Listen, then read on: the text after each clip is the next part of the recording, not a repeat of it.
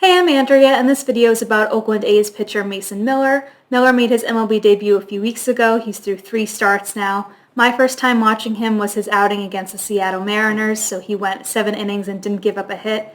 So it was a pretty good first time to watch him. But now I'm going to talk about his arsenal, his strengths, and then an area of improvement. So starting with his arsenal, he's got a 4-seam, a slider, a cutter, and a changeup, but he really doesn't use that changeup much. The 4-seam and the slider are 2 above-average pitches in terms of velocity. They're thrown really hard, and they're moving quality. So the 4-seam gets above-average ride, and the slider gets plus sweep and depth.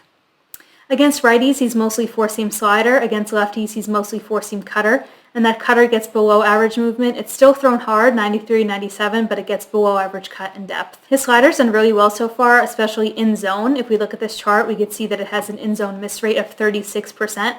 That's more than double that of league average. He's not throwing it in zone that much. I wonder if that's because he has bad control of it or if he's trying to use it as a chase pitch. If he is trying to use it as a chase pitch, it might be time to reevaluate because it's not getting much chase and it's doing really well in zone. So that's probably where he wants to focus on moving forward. So far I like Miller better against right-handed hitters because he has 2 above average pitches that he's throwing to them, and both of them have unique movement profiles and a velocity gap of about 12 miles per hour. So hitters have to adjust to different movement and different timing. And then compare that to how he is versus left-handed hitters, where he's got 2 pitches, high 90s, that 4-seam and the cutter has below average movement. It's just not as strong in my opinion.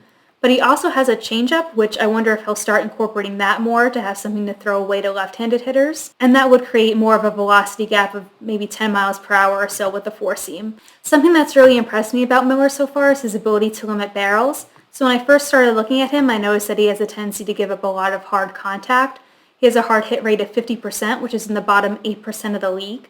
And his 4-seam in particular has been getting hit hard 37% of the time. That being said, Miller's only given up 1 barrel. So if we look at this radial chart, we can see that the only barreled ball he gave up was a double. So he hasn't even given up a home run.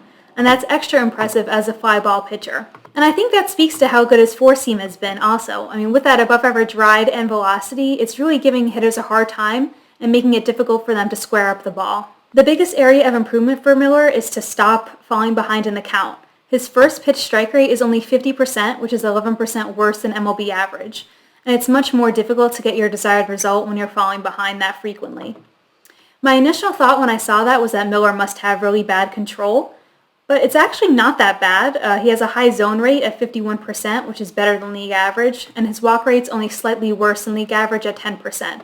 I tried to look at his minor league numbers to see if there were any crazy walk rates in there, and even though he didn't pitch that much in the minor leagues, he has a pretty small sample, all the walk rates were under control. From watching him, it seems like his control is very hit or miss, like it could vary dramatically throughout an outing from inning to inning. One example of that is in the game I watched against the Mariners. He gave up 2 walks in the 4th inning and was pitching very erratically. But then the 5th inning came and it was like a clean slate and he got 3 quick outs. I think that also speaks to his mental ability to move on and continue competing. But that is a big area of concern that he is pitching erratically from time to time. His chase rate is 4% worse than league average, and hitters are not getting tricked by pitches that are out of zone because of how far away from the zone they are. So if we look at this graphic from Baseball Savant, this is a swing take graphic. It shows that of the 267 total pitches that he's thrown, 35% of them have ended up in the chase and waste areas outside the strike zone. So those are those 2 outermost zones, the gray and the yellow, with the positive run values.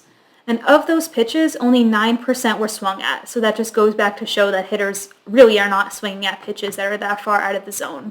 Ideally, we'd like to see more pitches end up in zone or at least in the shadow zone to try to trick them and get them to swing. And just a note on Miller's mechanics, he doesn't have the most fluid mechanics. He could look kind of stiff on the mound, especially when he brings his arm and shoulder back to try to go and deliver the ball.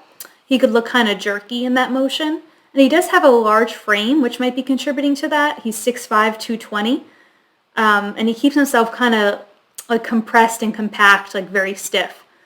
And those 2 notes, like about him being stiff and about him, having kind of jerky movements, aren't necessarily bad things, but they might be contributing to some shoulder injuries that he's dealt with over the past few years. If you like this video, please hit subscribe and follow me on Twitter @ScalcoReport. Thanks for watching!